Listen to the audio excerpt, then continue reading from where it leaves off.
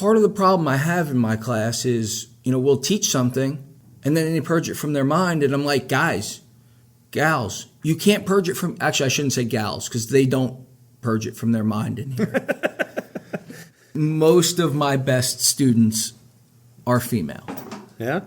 Absolutely. Because they have to want to take the class.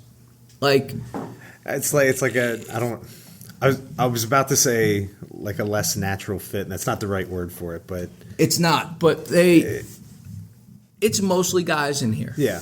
And for the ladies to stick it out, they have to really want it, because it might be one, maybe two girls in a class of 20 kids, and they really excel. Part of it is they take pride in their work. Yeah. And it's a maturity issue for a lot of it.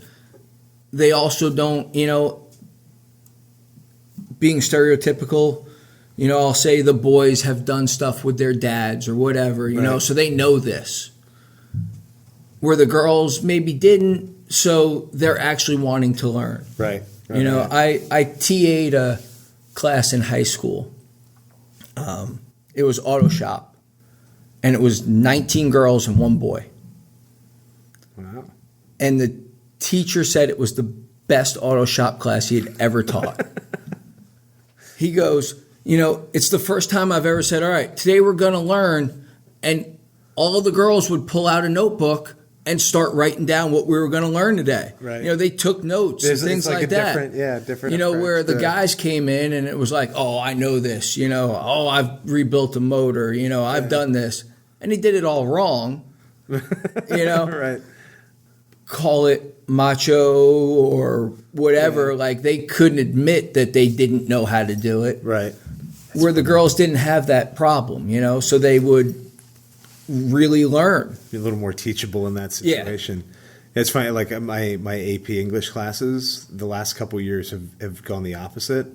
I have 3 AP classes this year, and I think there are 4 guys, and 5 guys, and all the classes are 24, 25. There are fewer and fewer guys taking the AP classes, and I can't figure. I think it's just because they know that it's easier to go do the dual enrollment and get the college credits, and a lot of these guys are like, they all want to be computer engineers or some kind of engineer or some kind of doctor, and they don't see English class as the thing. And it's funny because like behaviorally it's different, but like it's so different trying to get somebody to argue about something. Because like like I don't know, like I know how to like get the guys to like kind of get angry at each other, and not all, but a lot of the girls are hesitant to like take on like be confrontational in the argument. I'm like, the whole point of this is to argue and then to go write a paper where you argue better. And so like I've had to completely change the way I start the discussions when I'm down to 4 guys in the room, especially if we read something from a female author on a feminist issue, and then the guys all just sit there, and it's like I couldn't pay them to speak up because they're like nope, not with a 10-foot pole. I'm like, come on, like in this setting, when I was a psychology major, I ended up taking a women's studies course. Yeah, I was that guy with the 10-foot pole. I'm not opening my mouth. Yeah, I was in this building last year. We did the professional development, and they were teaching about women's studies, the new like English elective. And I actually talked to Jessica Berg, who like wrote the curriculum for it in one of the first podcasts. But I went in thinking like, it'll be mostly women, but I just want to hear. I'm not going to teach the class. I just hear what it's about, write down the names of some essays or stories I can use in class. I was the only guy in the room. There are like 30, 35 people. I was the only male in the room, and everyone looked at me really funny for the first few minutes. I was like, no, it's cool. Just pretend like I'm not here. Like, it was such a weird dynamic that no one wanted to do it. Do you think, like, do you see the number of females in these classes changing? Like, are you getting more as maybe like we're doing all these programs, especially in elementary school, pushing STEM and STEAM and trying to get more girls into these classes? There's all like the girls coding programs. Right. Are you seeing an increase? In the traditional shop-based classes, right. No. Every year there's a handful of females in the class, I have about 6 this year, right, across all of the shop-based classes I teach. My CAD classes is more up in the air. Okay. This year I've got 4 or so out of 2 classes. So, statistically it's higher in those classes.